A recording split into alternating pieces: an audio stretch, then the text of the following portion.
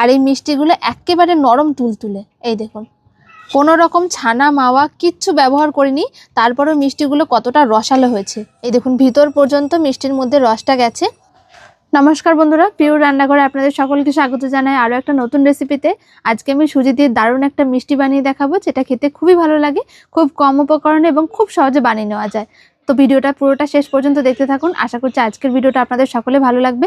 আর আমার চ্যানেলে নতুন বন্ধু হয়ে থাকলে অবশ্যই আমাদের চ্যানেলটিকে সাবস্ক্রাইব করে এবং আমাদের ফেসবুক পেজটাকে ফলো করে আমাদের পাশে থাকবেন। সুজির মিষ্টি বানানোর জন্য একটা বাটি মেপে আমি হাফ বাটি সুজি নিয়ে নিয়েছি। আর সরু কিংবা মোটা যে কোনো দানারই সুজি এখানে ব্যবহার করতে পারেন। প্রথমেই কড়াইতে 1 চামচ ঘি দিয়ে দিচ্ছি। ঘিয়ের পরিবর্তে তেলও দেওয়া যেতে পারে, তবে যেহেতু সুজির মিষ্টি একটুখানি ঘি দিলে খেতে বেশ ভালো হয় স্বাদটা। এবারে আমি সুজিটা দিয়ে দেব, আর সুজিটা দিয়ে একদম লো আঁচে আস্তে আস্তে করে নেড়ে একটুখানি হালকা করে ভেজে নেব, যাতে করে সুজির কাঁচা গন্ধটা চলে যায়। তবে নাড়তে নাড়তে পুড়িয়ে ফেলা যাবে না। 2-1 মিনিট মতন নাড়াচাড়া করে নিয়েছি, সুজি থেকে কাঁচা গন্ধটা চলে গেছে। এবার আমি যে বাটি মেপে হাফ বাটি সুজি দিয়েছিলাম, ওই বাটিরই পুরোপুরি ভর্তি 1 বাটি জল দিয়ে দেব।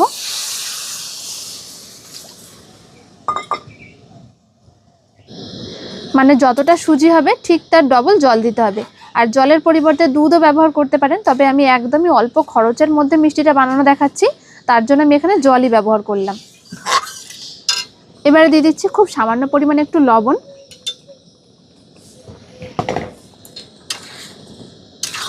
একদম হালকা আছে নাড়াচাড়া করতে হবে, যাতে করে সুজিটা ভালো মতন সিদ্ধ হয়ে যায়।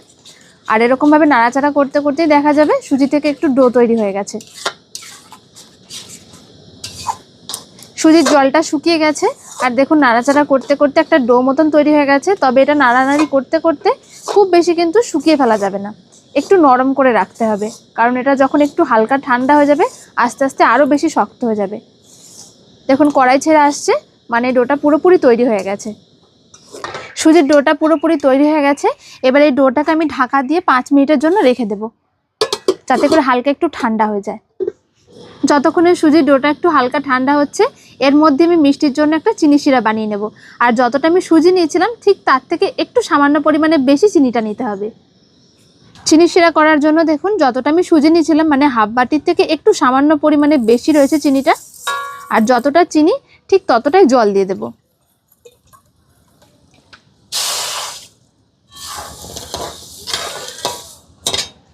চিনি শিরার মধ্যে কয়েক টুকরো দারুচিনি দিয়ে দিচ্ছি।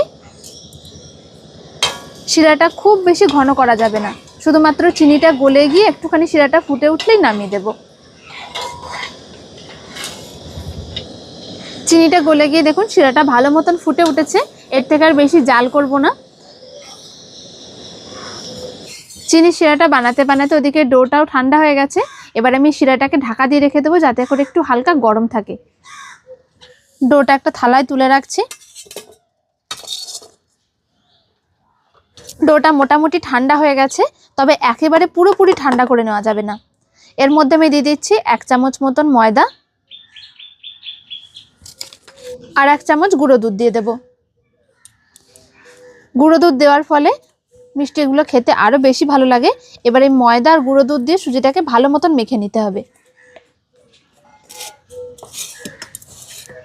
সব কিছু দিয়ে খুব ভালো করে মেখে সুজির ডোটাকে একটু মসৃণ করে নিয়েছি। এবার আমি এর থেকে মিষ্টিগুলোকে বানিয়ে নেব। হাতে অল্প করে একটুখানি তেল মেখে নিয়েছি। এবার এর থেকে আমি অল্প করে একটুখানি লেচি কেটে নেব। এই মিষ্টির শেপগুলো আপনারা যেরকম ইচ্ছা সেরকম দিতে পারেন। এইভাবে হাতের তালুতে রেখে একটু গোল করে নিতে হবে। আর চেষ্টা করবেন যতটা পরিমাণে এটাকে মসৃণ করে নেওয়া যায়, যেন ফাটা ভাবটা না থাকে। হাতের তালুতে রেখে খুব ভালো করে একটু মসৃণ করে নিয়েছি। এবারে আলতো করে একটুখানি চাপ দিয়ে এটা চ্যাপটা করে নেব। খুব বেশি মোটা রাখা যাবে না, তাহলে খেতে ভালো লাগে না। এরকম টাইপের রেখেছি আমি। সব মিষ্টিগুলোই বানানো হয়ে গেছে, আর এই মিষ্টির গাগুলো দেখলে বুঝতে পারবেন একদম মসৃণ করে নিয়েছি। সব মিষ্টিগুলো বানিয়ে নেওয়ার পর কড়াই বসিয়ে দিয়েছি মিষ্টিগুলো ভেজে নেওয়ার জন্য। তেলটা একটু বেশি পরিমাণে দিতে হবে।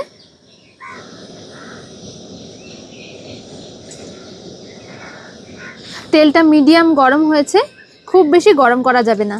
এবার এক এক করে মিষ্টিগুলো দিয়ে দিচ্ছি। গ্যাসের আঁচটাও মিডিয়ামে রাখতে হবে।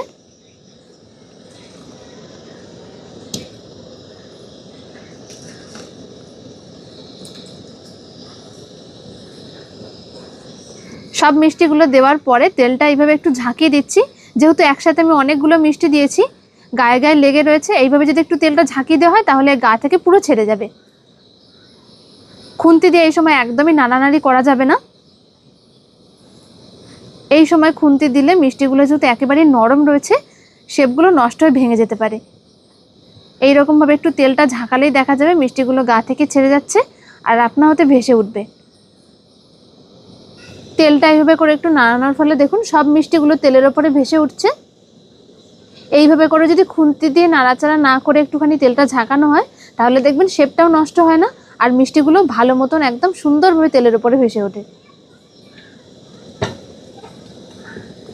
যারা অল্প খরচের মধ্যে বাড়িতে কম সময়ে কোনো রকম ঝামেলা ছাড়া মিষ্টি বানাতে চাইছেন তারা নিশ্চিন্তে এই রেসিপিটা বাড়িতে ট্রাই করতে পারেন। তাদের জন্য একদম পারফেক্ট একটা রেসিপি।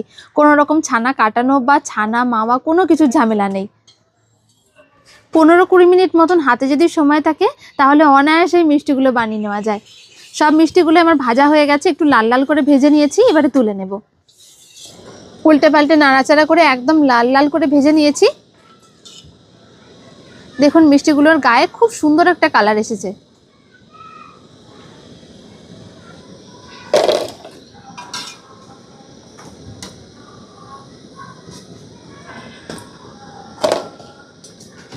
সব মিষ্টিগুলো আমার ভেজে নেওয়া হয়ে গেছে।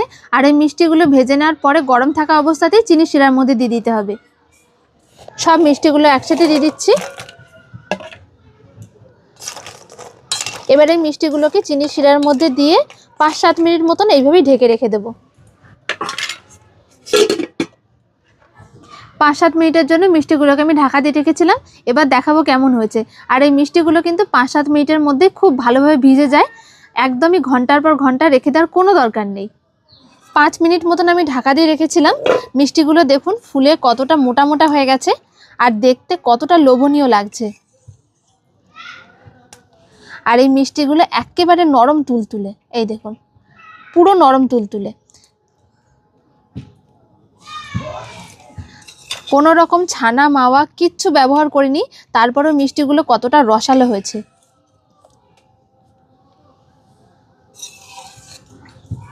শুধুমাত্র সুজি দিয়ে এরকম নরম তুলতুলে আর রসালো মিষ্টি বানিয়ে নিতে পারবেন। একটা মিষ্টি আমি কেটেও দেখাচ্ছি, দেখুন ভিতরটা কতটা সুন্দর হয়েছে। এই দেখুন ভিতর পর্যন্ত মিষ্টির মধ্যে রসটা গেছে আর পুরো নরম তুলতুলে। কোনো রকম ছানা মাওয়া ব্যবহার করা ছাড়াই শুধুমাত্র সুজি দিয়ে এরকম নরম তুলতুলে মিষ্টি বানিয়ে নিতে পারবেন। তো বন্ধুরা আজকের এই মিষ্টি বানানোটা তো আপনারা দেখলেন, কোনো রকম ছানা মাওয়া কিচ্ছু ব্যবহার করিনি, তারপরে মিষ্টিগুলো কতটা নরম তুলতুলে হয়েছে। আর এই মিষ্টিগুলো খেতেও কিন্তু দারুণ লাগে। হাতে যদি কম সময় থাকে তাহলে এই মিষ্টিটা অনায়াসে বানিয়ে নিতে পারবেন। তো বন্ধুরা আশা করছি আজকের ভিডিওটা আপনাদের সকলে ভালো লেগেছে। ভালো লাগলে অবশ্যই একটা লাইক শেয়ার কমেন্ট করবেন এবং আমাদের চ্যানেলটিকে সাবস্ক্রাইব করে আমাদের পাশে থাকবেন। দেখা হচ্ছে পরের ভিডিওতে। সকলে ভালো থাকবেন। ধন্যবাদ।